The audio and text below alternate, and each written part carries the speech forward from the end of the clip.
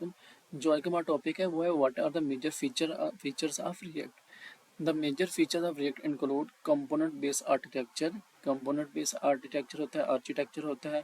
उसके बाद हमारे पास क्या होता है, वर्चुअल डोम होता है। कंपोनेंट बेस्ड आर्किटेक्चर क्या होता है, React allow you to build encapsulated components that manage their own state and compose them to create a complex UI.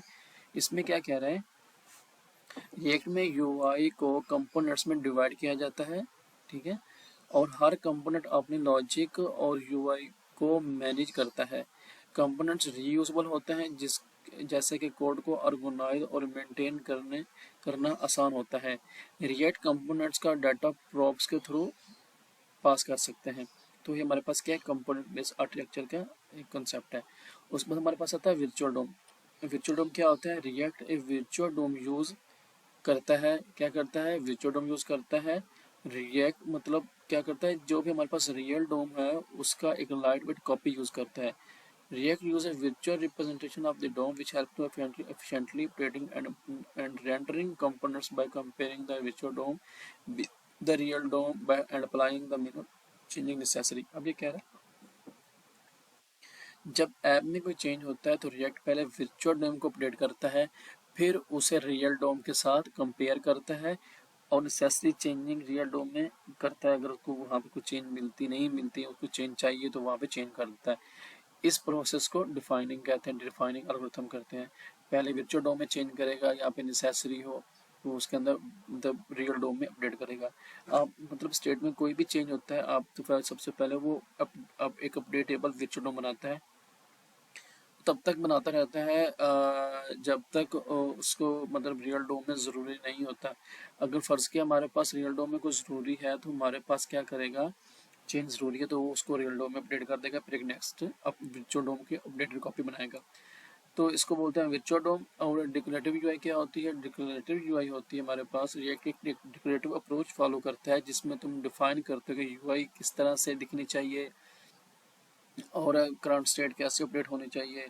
मतलब ये रिएक्ट खुद हैंडल करता है, रिएक्ट खुद ही मतलब डोम के अंदर अपडेट करता है इस डिक्लेरेटिव यूआई को। मतलब आप तो अपने तौर पे चेंज कर रहे होते हो, टेक्स्ट चेंज कर रहे होते हो, स्टेट अपडेट कर रहे होते हो, यूआई बना रहे होते हैं, और ये खुद ब खुद रिएक्ट करता है, उसके अंदर चेंज कर रहा होता है डोम के ऊपर।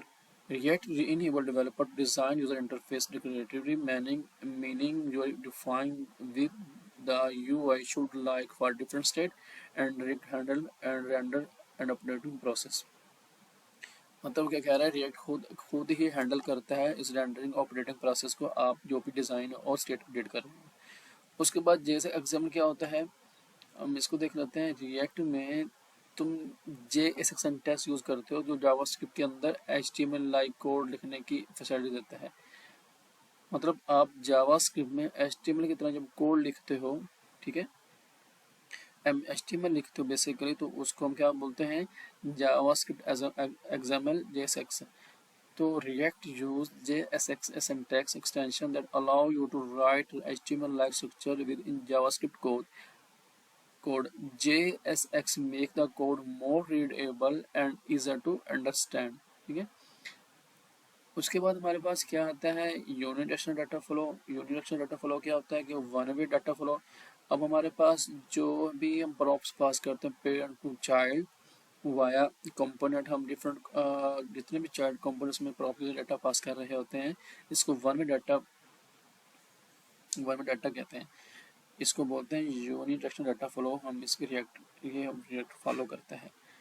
तो इसको हम नेक्स्ट डिटेल में देखेंगे प्रॉप्स कैसे काम करता है और अगर इसके डिसएडवांटेज क्या है, हम इसको बच कैसे सकते हैं। ठीक है, नेक्स्ट हमारे पास क्या आता है, स्टेट मैनेजमेंट। स्टेट मैनेजमेंट की डिफरेंट लाइब्रेरी है रिएक्ट के अंदर। React provide a built in state object for managing the internal state of component and tools like react context Redux for और other library can be used for global state management in complex application। जो हमारे पास बड़ी application होती है, चाहे छोटी application होती है, उसके डाटा को मैनेज करने के लिए, उसके स्टेट्स को मैनेज करने के लिए, मतलब आपने बटन पे क्लिक कहीं किया तो किसी दूसरे कंपोनेंट में अपडेट करे, आपने कहीं डाटा चेंज किया किसी दूसरे कंपोनेंट में डाटा चेंज हो, तो इस प्रोसेस को हम मैनेज करने के लिए क्या यूज़ करते हैं, रिडक्स यूज़ करते हैं जो हम नेक्स्ट देखेंगे, या कॉन्टेक्स्ट एपीआई यूज़ करते हैं, मतलब स्टेट को मैनेज करने के लिए, बिग डाटा को मैनेज करने के लिए इन एप्लीकेशन। उसके बाद हमारे पास हुक्स क्या है। हुक्स हमारे पास बेसिकली, जो हमारे पास रिएक्ट के हुक्स जो है वो बेसिकली यूज़ ये होता है कि हमारे पास बेसिकली पहले जो हमारे पास होता था क्लास बेस्ड कंपोनेंट, उसमें डिफरेंट हमारे पास क्या होते थे, लाइफ साइकिल होते थे। इस तरह जो हमारे पास फंक्शनल कंपोनेंट है, फंक्शन बेस्ड कंपोनेंट्स है, उसके अंदर हमारे पास लाइफ साइकिल है, हमारे पास use state, use effect, use context, use reducer वगैरह, तो इस तरह ये यूज़ होते हैं। अब ये क्या कह रहा है, React introduce hooks use state use effect etc to manage state and life cycle feature functional components. अभी ये कह रहा है कि फंक्शनल कंपोनेंट में, क्लास कंपोनेंट में ये इस तरह नहीं होता था, क्लास कंपोनेंट में डिड अमाउंट, विल अमाउंट इस तरह यूज होता था, making it easier to use stateful logic without writing class component. ठीक है, हम क्लास कंपोनेंट लिखे बगैर हम फंक्शनल कंपोनेंट में यूज स्टेट और यूज इफेक्ट हम यूज कर सकते हैं। तो नेक्स्ट हमारे पास क्या है, हम रिएक्ट नेटिव को यूज़ कर सकते हैं, मतलब हम मोबाइल एप्लीकेशन बनाने के लिए रिएक्ट का अगर सिंटैक्स आते हैं तो हम रिएक्ट नेटिव में मोबाइल एप्लीकेशन बना सकते हैं, तो ये भी एक रिएक्ट का फीचर है। सर्वर साइड रेंडरिंग क्या होती है, SSR react support server side rendering which rendered component on the server before sending them into the browser.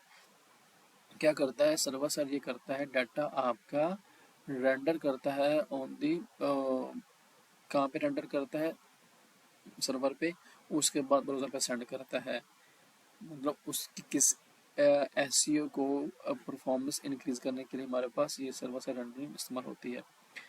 उसके बाद हमारे पास क्या है, code splitting and lazy loading. React allow you to split your application into smaller chunks and load them on the demand, improving the initial load time by only loading the necessary part of your application। ये performance के लिए होता है। React performance को optimise करने के लिए feature provide करता है, जैसे कि कोड स्प्लिटिंग, लेजी लोडिंग और मेमोराइजेशन वगैरह।